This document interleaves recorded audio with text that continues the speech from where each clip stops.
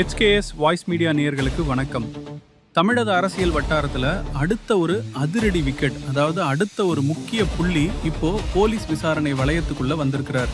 திமுகவோட முன்னாள் போக்குவரத்து துறை அமைச்சர் எஸ் சிவசங்கரிடம் சென்னை வேப்பேரியில் இருக்கிற மத்திய குற்றப்பிரிவு சிசிபி போலீசார் சுமார் 4 மணி நேரம் விடிய அதிரடி விசாரணை நடத்தியிருக்கிறாங்க. சும்மா சாதாரண விசாரணை இல்லைங்க. வேலைவாய்ப்பு மோசடி பிரிவு இன்ஸ்பெக்டர் ஞானசித்ரா தலைமையிலான டீம் சிவசங்கர் முன்னாடி 100 கேள்விகள் அடங்கிய ஒரு பெரிய பட்டியலை நீட்டி கொடைஞ்சு கேள்வி கேட்டிருக்காங்க. அது மட்டும் இல்லாம இந்த ஒட்டுமொத்த விசாரணையும் முழுசா வீடியோ ரெக்கார்டிங் செய்யப்பட்டிருக்கு. என்ன இந்த வழக்கு? 23 லட்சம் ரூபாய் வேலை மோசடியில மாஜி அமைச்சர் சிக்கியது எப்படி? முழு பின்னணியையும் அக்குவேறு ஆணிவேரா பார்ப்போம். முதல்ல இந்த கதை எங்க ஆரம்பிக்குதுன்னு பார்ப்போம். சென்னை எம்ஜிஆர் நகரை சேர்ந்த ஓய்வு பெற்ற special sub inspector SSI Srinivasan என்பவர் கொடுத்த புகாரின் அடிப்படையில் தான் இந்த வழக்கே பதிவு செய்யப்பட்டிருக்கு.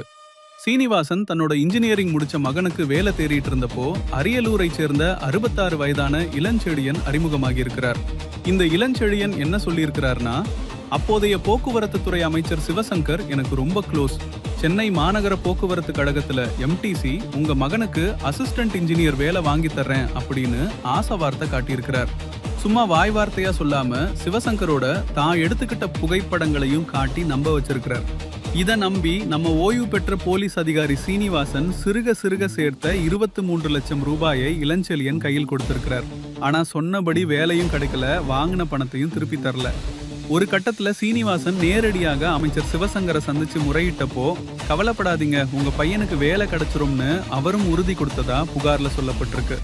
இப்போ இந்த விவகாரத்துல மாஜி அமைச்சர் ஏன் சிக்கினார்னா, கைதான இளஞ்செழியன் போலீசாரிடம் கொடுத்த வாக்குமூலத்துல நான் வாங்கின 23 லட்சம் ரூபாயில 7 லட்சம் ரூபாய அமைச்சர் சிவசங்கர் கிட்ட தான் கொடுத்தேன் அப்படின்னு ஒரு குண்டை தூக்கி போட்டிருக்கிறார். இதனால் தான் மத்திய குற்றப்பிரிவு போலீசார் இளஞ்செழியனை கைது செஞ்சு எழும்பூர் நீதிமன்ற உத்தரவுப்படி இப்போ 7 நாட்கள் போலீஸ் கஸ்டடியில எடுத்து தீவிரமா விசாரிச்சு வராங்க. அந்த விசாரணையின் தொடர்ச்சியாகத்தான் முன்னாள் அமைச்சர் சிவசங்கருக்கு சம்மன் அனுப்பி சென்னைக்கு வரவழைத்து 100 கேள்விகள் கேட்டு துளைத்தெடுத்துள்ளனர்.